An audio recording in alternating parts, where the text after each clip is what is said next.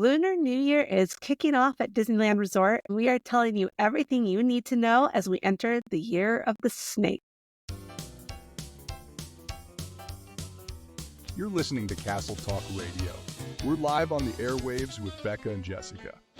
Now let's jump into this week's episode. I don't know about you, Becca, but I consider Lunar New Year to be the official kickoff of the festivities every year at Disneyland. And this year, we're getting returning favorites, new costumes, and more. That's right. Lunar New Year is a celebration of Chinese, Vietnamese, and Korean culture at Disney California Adventure.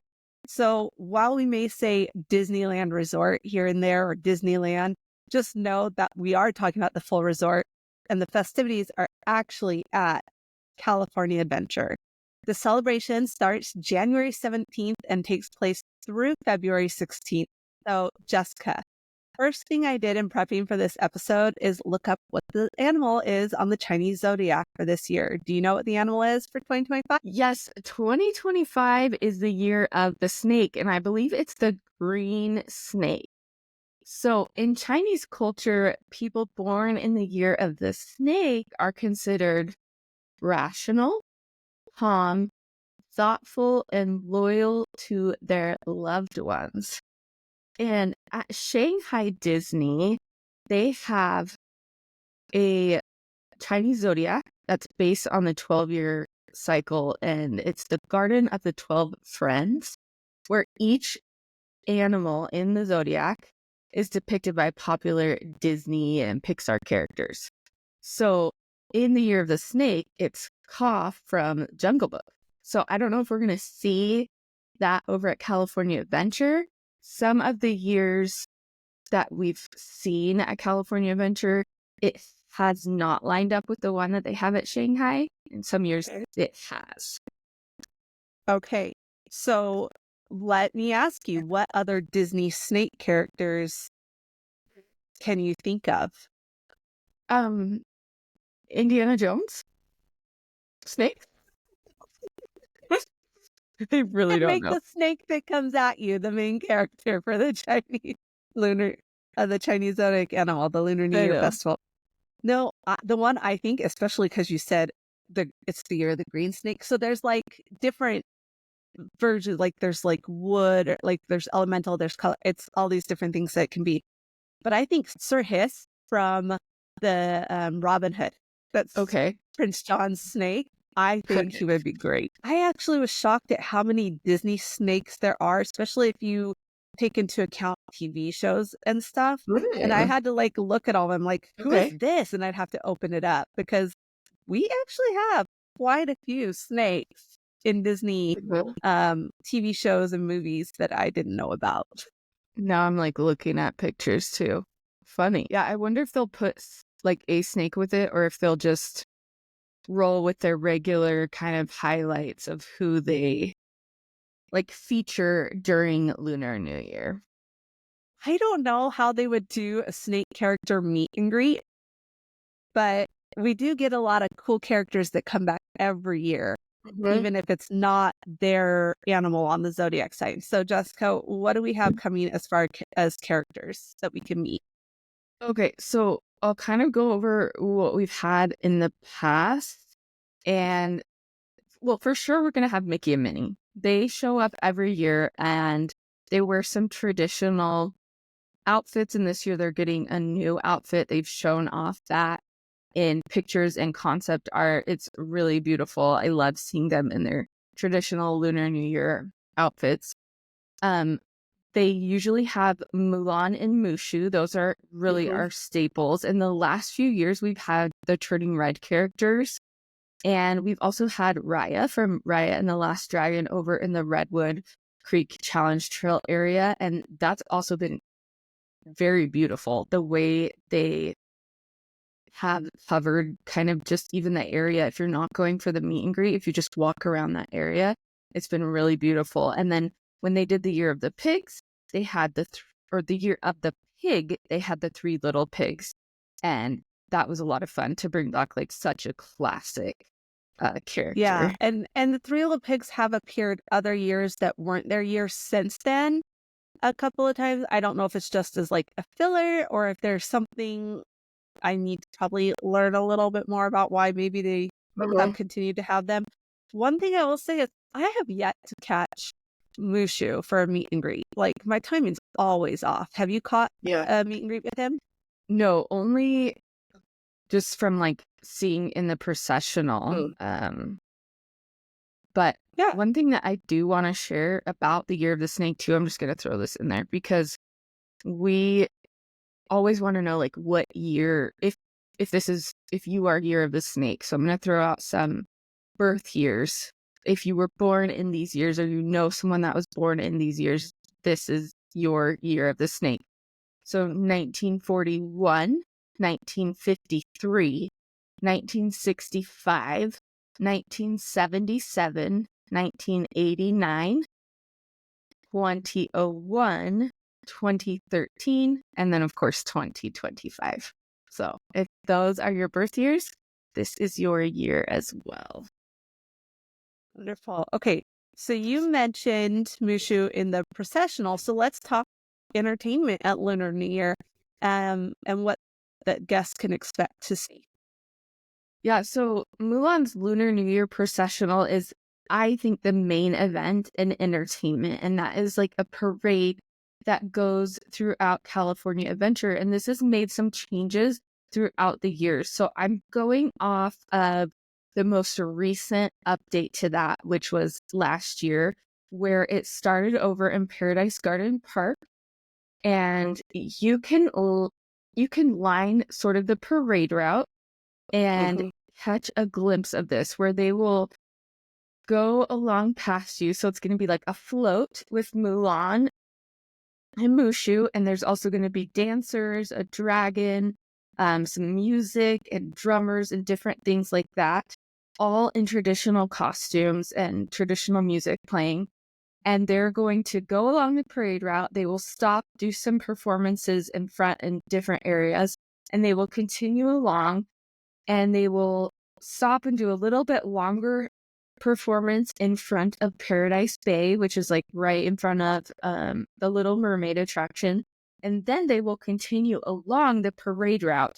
And I cannot recall for sure if they go all the way along to over to Avengers Campus or if then they go back.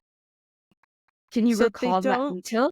So when I was there last year, they did not come back. They just did a second parade a little bit later that was the opposite way. Okay. Um, So over the years, this has yeah. been like a progression where and they would stop at Paradise Mhm. Bay and then they would go back. But as they've expanded Lunar New Year to be really encompassing the entire park in a bigger celebration, that has been a bigger part of the celebration and really taking up that whole parade route. So you could be anywhere along that. And again, check the Disneyland app for that, and it will tell you the location. If it says parade corridor, that should include the entire thing. And of course, you can always ask a cast member, and then that would show, um, I would guess, at least twice a day. But with Disney Entertainment right now, we never know because there has been some cuts, and it could be limited to weekends or evenings. So check that out. But as always, if you're there during a day and it happens to not be running, let them know that you are disappointed and that you want to see those things come back to all the hours if it happens not to be running, because that is really something that we need to keep at Disneyland. We want all those entertainment. So more entertainment. We have Hurry Home, which is a Lunar New Year celebration that runs before World of Color. It's a little short story sequence, really beautiful, about a little red lantern that tells a little story about the Lunar New Year and coming home before World of Color. And mostly everyone is there ready to watch World of Color. So it's not taking any extra time out of your day, but it's really heartwarming, really beautiful. You know, just like those Pixar short films that come before the movie. And then you're just like, oh, that just made me feel so good. And that is exactly what Hurry Home does. And you absolutely want to see that.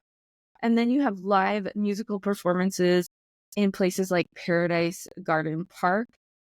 These are a lot of times traditional Chinese, Vietnamese, and Korean musical acts and performers. You'll see some things that are maybe new to you. And I love just getting such a different cultural perspective from myself and things that I'm used to seeing, and allowing my kids to see those different things and experiencing so many different cultures throughout the year at California Adventure, and then bringing those back into our lives and being able to enjoy a big variety of entertainment and food offerings, of course.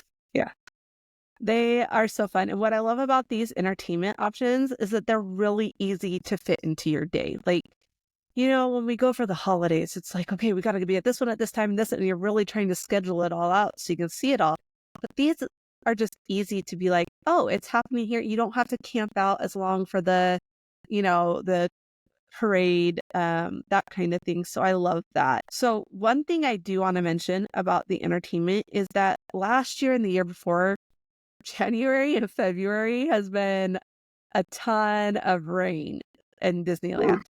And so because these are outdoor entertainment options, they can be affected by the rain, especially the parade. That's a big one so if it's raining and it's not safe for the performers, they will not hold that. So just be aware of that. And there are a few more things that are not necessarily entertainment, but definitely must do if you want to get that full Lunar New Year experience.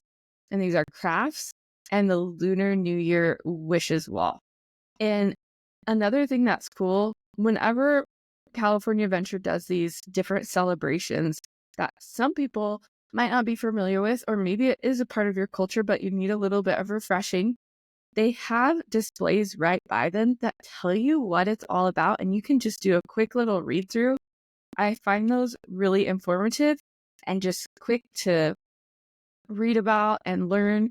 And the crafts are usually coloring pieces of like dragons or lanterns. And then there's the wishing wall that you can write down your wishes for the new year and hang them up. And then it looks so pretty all together. And it's just, to me, it's kind of like another way of like putting a penny or a coin into a fountain, right? And you do this act of putting that into the fountain and you see it going in. So then you're writing this down and you're hanging it up and you're adding it to all these other wishes and you see this beautiful display, and it's just so pretty. It is. I love the wishes wall. But we can't end this without talking about what everyone really loves about any event at Disneyland. Absolutely. And that is the food. And I have said this before and I will say it again. The food at Disneyland in general is a great time to get yourself or get your kids to try something new. It's absolutely okay if all they want is mac and cheese and chicken tenders. I have those days myself as well. But with the Lunar New Year offerings, you're looking at those marketplace kiosks, and they're often small enough portions that you can get one or two things and try them out, sample them as a family, get the kids to try something maybe new to them that they haven't tried before. So some of the things that I've liked in the past is definitely the Mickey shaped hot dog bun.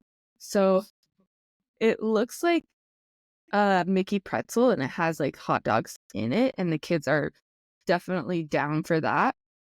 And we've also had different Lunar New Year punches with like mango nectar, tangerine, and grapefruit juices. Those are great.